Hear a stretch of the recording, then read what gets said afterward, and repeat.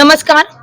आज गोविंद महाराज यांच्या पावनभूमीमध्ये नानासाहेब प्रताप हरी पाटील यांच्या प्रचारार्थ मी पुन्हा आपल्या सर्वांच्या भेटीस आलेली आहे. आज सकाळपासून नानासाहेबांचा प्रचार आपण पिंपळगाव हरेश्वर येथे करत आहे आणि अतिशय उत्स्फूर्त असा प्रतिसाद आपल्याला पिंपळगाव हरेश्वर येथे दिसला आहे.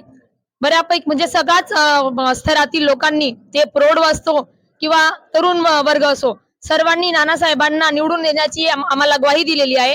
कारण त्याच्यासाठी कारणही तसंच आहे. पिंपळगाव हरेश्वर एक मोठे गाव आहे, एक गोविंद महाराजांची पुण्यभूमी आहे, प्रति पंढरपूर आहे, आपल्याला सर्व माहिती आहे.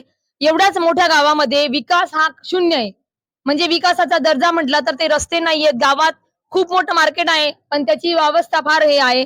खरं तर गावात उपबाजार समिती पाहिजे, मुलांना रोजगार पाहिजे, रोजगार नाहीये मुलांना, आणि पाण्याचा व्यवस्था नाहीये, बस स्थानक नाहीये. अतिशय म्हणजे भरपूर असुविधा गावात आहे. पण तरीही गावात शिक्षणाची सुविधा नाहीये. तरी गाव ते 10 वर्षापासून 15 वर्षापासून सहन करत आलंय. नक्कीच जे आपण घराणेशाहीला तडा देऊन सगळ्यांनी आम्हाला ग्वाही दिली की नानासाहेबांसारखा सक्षम उमेदवार आम्ही आपल्या माध्यमातून निवडून देऊ, आणि सगळ्यांनी जो प्रतिसाद दिलाय त्याबद्दल मी खरंच पिंपळगाव हरेश्वरांचे आतापासूनच धन्यवाद मानते. कारण मला पूर्ण 100% याची गॅरंटी आहे की येणाऱ्या विधानसभेच्या 20 तारखेच्या निवडणुकीत या गावातील सर्वच मंडळी, म्हणजे ते तरुण वर्ग असो किंवा प्रौढ वर्ग असो, सगळेच महिला वर्ग असो, या नानासाहेब प्रतापराव हरी पाटील यांच्या महाराष्ट्र स्वराज्य पक्षाच्या पेनाच्या नीब या निशाणीवरती आपले मत देणार आहेत आणि नानासाहेबांना आपले आशीर्वाद देणार आहे. आले येणाऱ्या सगळ्या समस्या नानासाहेबांच्या माध्यमातून या सोडवल्या जातील, याची मी आपल्या सर्व पत्रकारांच्या माध्यमातून ग्रामस्थांना ग्वाही देते की येणाऱ्या 2 वर्षातच आपण सगळा विकास करू आणि पिंपळगाव हरेश्वरचा कायापालट करू.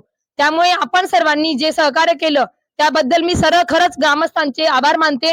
पुढेही 20 तारखेला तुम्ही असेच सहकार्य करा आणि आशीर्वाद द्या. धन्यवाद. मी किशोर बिगनराव गरुड, स्वराज्य पक्षाचा सदस्य. आमच्या पक्षाचे, स्वराज्य पक्षाचे श्री नानासाहेब प्रतापराव हरी पाटील हे अधिकृत उमेदवार आहेत. त्यांची निशाणी आहे पेनाची लीप. वास्तविक पाहता एक सामान्य माणूस, एक सामान्य शेतकरी, कष्टाळू शेतकरी आजपर्यंत विधानसभेच्या इलेक्शनसाठी प्रत्येकाला पुढे करत गेले. त्यात किशोरप्पा पाटील, दिलीप वाघ यांच्यासारख्या मातब्बर लोकांना प्रताप हरी पाटील यांनी अतोनात सहकार्य करून याला निवडून दिले. आतापर्यंत प्रत्येक समाजाच्या लोकांनी नानासाहेबांना तुम्ही का पुढे होत नाही बा, त्याच्यामुळे प्रत्येक भडगाव तालुक्यातली प्रत्येक नागरिक घरोघरी प्रत्येक नानासाहेबांना भेटून नानासाहेबांना उमेदवारी करण्याची शक्ती दिली. त्याच्यामुळे नानासाहेबांनी हा फॉर्म भरला. शेतकऱ्यांचे प्रश्न आजपर्यंत कोणी सोडवले नाही. वास्तविक पाहता किशोरप्पा पाटील हे विधान सभेचे सदस्य आणि त्या सत्ताधारी पक्षाचे असल्यामुळे त्यांनी त्या शेतकऱ्यांसाठी आवाज उठवला नाही. वास्तविक आवाज उठायला पाहिजे होता त्यांनी, आणि त्यांनी आवाज उठवला नाही. शेतकऱ्यांच्या तो नाद प्रश्न आहे. शेतकऱ्यांच्या पिकाला भाव नाही, कपाशीला भाव नाही, प्रत्येक धान्याला याला भाव नाही. अशा प्रसंगी असताना कांद्यासाठी सुद्धा आप्पासाहेबांनी काहीच केलं नाही. आप्पासाहेब असो, दिलीप वाघ असो, यांनी 15 वर्षात या पाचोरा भडगाव तालुक्याचं अतोनात नुकसान करून ठेवलेलं आहे. परंतु आजपर्यंत कोणी आवाज उठवला नाही. आता त्यांची रॅली वगैरे झालेली, पण त्या वास्तविक आता त्यांचा प्रचार सुरू चालू आहे. त्याप्रमाणे आम्हीच तो प्रचार करतोय. आम्ही त्यांच्या बाबतीत काही बोलणार नाही. पण आम्हाला आमचं काम करायचं आहे, शेतकऱ्यांसाठी लढायचं आहे. आज शेतकऱ्यांचा एक प्रकारचा हा एक लढवा व्यक्ती आजपर्यंत आला नाही, पुढे कोणी आला नाही. तर नानासाहेब या शेतकऱ्यांसाठी पुढे आले. सर्व शेतकऱ्यांनी त्यांचं सहकार्य करावं आणि त्यांना निवडून द्यावं ही अपेक्षा. साहेबांच्या निशाणी आहे पेनाची लीप. आणि बरोबर, आपला पक्ष आहे महाराष्ट्र स्वराज्य पक्ष, त्याची निशाणी आहे सप्तकिरणांसह पेनाची नीब. पेनाची नीब ही नवीन इतिहास घडवणार आहे, सुबका लिखा असं म्हणतात. त्यामुळे आपली ही पेनाची नीब आपल्या इथल्या गरीब शेतकरी बांधवांसाठी एक नवीन इतिहास लिहिणार आहे. धन्यवाद. जय शिवराय.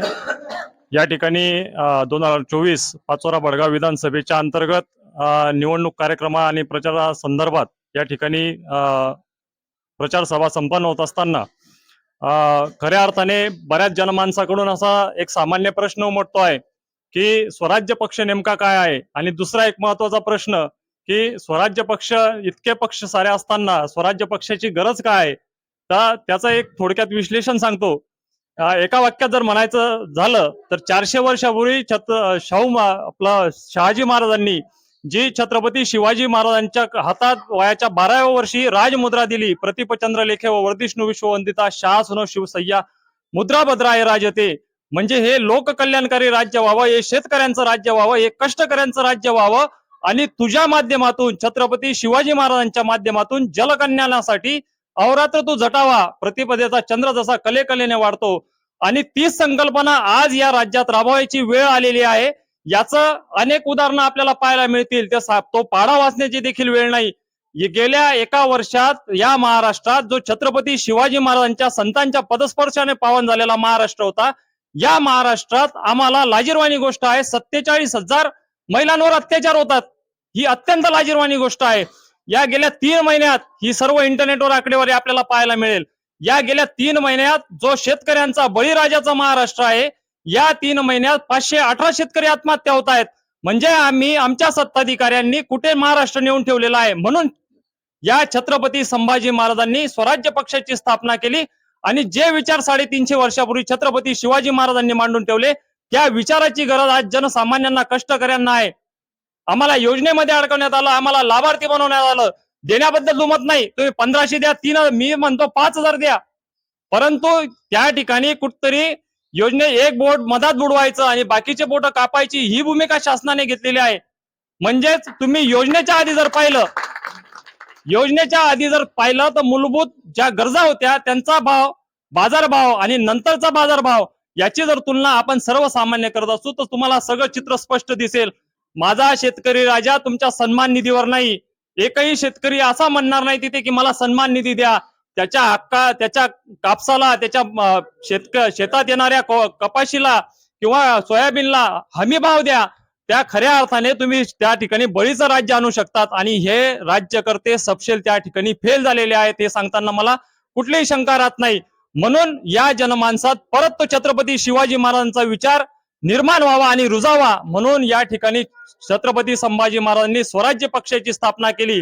छत्रपती संभाजी महाराजांना या विधानसभेच्या निवडणुकीत 288 पैकी 288 उमेदवार उभे करता आले असते, परंतु त्यांनी विचाराचे आणि निष्ठेचे पाईक असणाऱ्या लोकांना संधी दिली आणि त्याच्यातील एक म्हणजे आपले प्रताप नाना. अनेक वर्षापासून शिक्षण, कृषी आणि सहकार या सर्व क्षेत्रामध्ये भरीव कामगिरी आणि एकाच पिढीने नाही तर अनेक त्यांच्या पूर्वीच्या पिढींनी देखील या क्षेत्रामध्ये काम केलेलं आहे. तो गाढा अभ्यासक आणि प्रामाणिक चेहरा म्हणून छत्रपती संभाजी महाराजांनी प्रताप नानांना पुढे केलं. मी या मीडियाच्या माध्यमातून आवाहन करू इच्छितो की हा जो प्रचंड उत्साह आपण पाहतो आहोत, मला असं वाटतं की या प्रचार सभा नाहीत तर या 23 तारखेला गुलाल कसा उधळायचा या सभा आहेत, असा आशावाद मला वाटतो आहे.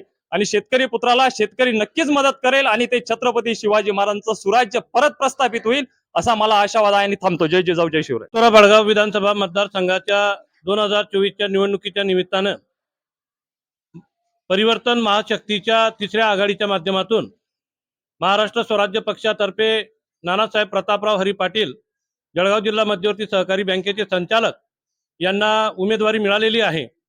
आणि खऱ्या अर्थानं अनेक उमेदवार, मातब्बर उमेदवार या मतदारसंघात उमेदवारीसाठी सज्ज आहेत. शेतकरी पुत्र, भूमिपुत्र ते स्वतःला म्हणून घेत आहेत. पण खऱ्या अर्थानं नानासाहेब प्रतापराव हरी पाटील हे एक सधन शेतकरी आहेत आणि शेतीचं काळ्या मातीची सेवा करत असताना कुठलंही काम अगदी वखर नाडण्यापासून तर एखाद्या माजलेल्या बैलाला नाट टोचण्यापर्यंत नानासाहेब काम करू शकतात. हे इतर उमेदवारांना तुम्ही सांगावं, त्यांनी करून दाखवावं. ते करू शकत नाही, ते काम नानासाहेब करू शकतात. आणि अनेक गोरगरीब कुटुंबांना नोकरीची संधी उपलब्ध करून देणारं हे कुटुंब आहे. जळगाव जिल्ह्याला तत्कालीन लोकल बोर्डाचा पहिला अध्यक्षपदाचा बहुमान हा नानासाहेबांचे वडील कर्मवीर तात्यासाहेबांना मिळालेला होता आणि त्यांचा प्रगल्भ असा वारसा घेऊन नानासाहेब आपली जनसेवेची कामं पुढे नेत आहेत. आणि म्हणून सर्व शेतकऱ्यांनी आग्रह केला आणि शेतकऱ्यांच्या आग्रहास्तव नानासाहेबांनी आपली उमेदवारी दाखल केलेली आहे. आणि एका छत्रपती संभाजीराजेंनी एका छत्रपती घराण्याला भोसले कुलीन नानासाहेब प्रतापराव हरी पाटील यांना उमेदवारी दिलेली आहे. तर आपल्या सर्वांच्या माध्यमातून आपल्या सर्व चॅनल्सवाल्यांच्या माध्यमातून मी सर्व शेतकरी बांधवांना, तमाम जनतेला नम्र विनंती करतो की येत्या 20 तारखेला सप्त किरणांसह पेनाची नीब या निशाणीवर नानासाहेब प्रतापराव हरी पाटील यांना मतदान रूपी आशीर्वाद देऊन आपण प्रचंड बहुमताने निवडून द्यावे. आणि नानासाहेब निवडून येणारच आहेत, हा इतिहास होणार आहे, ही काळ्या दगडावरची पांढरी रेघ आहे. तर या इतिहासाचे साक्षीदार आपण सुद्धा आपलं मतदान रूपी आशीर्वाद देऊन व्हावं, अशी कडकडीची विनंती मी नानासाहेबांच्या वतीने आपणास करतो. धन्यवाद.